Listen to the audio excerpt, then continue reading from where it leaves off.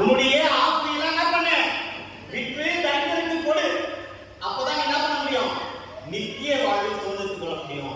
அவன் தன்னுடைய ஆஸ்தியெல்லாம் விற்று தரித்திரருக்கு கொடுத்தானா? கொடுக்கல. அவன் இழக்க தயாராக இல்லை. தன்னுடைய சொத்தை, தன்னுடைய ஆஸ்தியை இழக்க தயாராக இல்லை.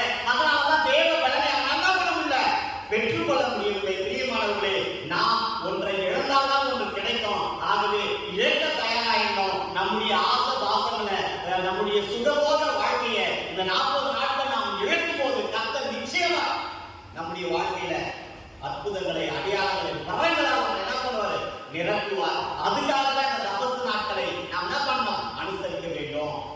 உலக பிரகாரமாக பாரம்பரியத்துக்காக இதை நாம் அனுசரிக்கல.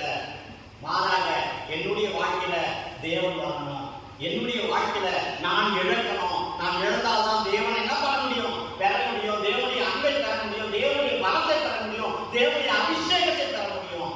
அதனால என்னை நான் இழக்க தயாராக இருக்கணும். என்னை இழக்க நான் தயாராக இருந்தால் தேவனை என்ன பண்ண முடியும், நிச்சயமாக கொண்டு வர முடியும். அப்படி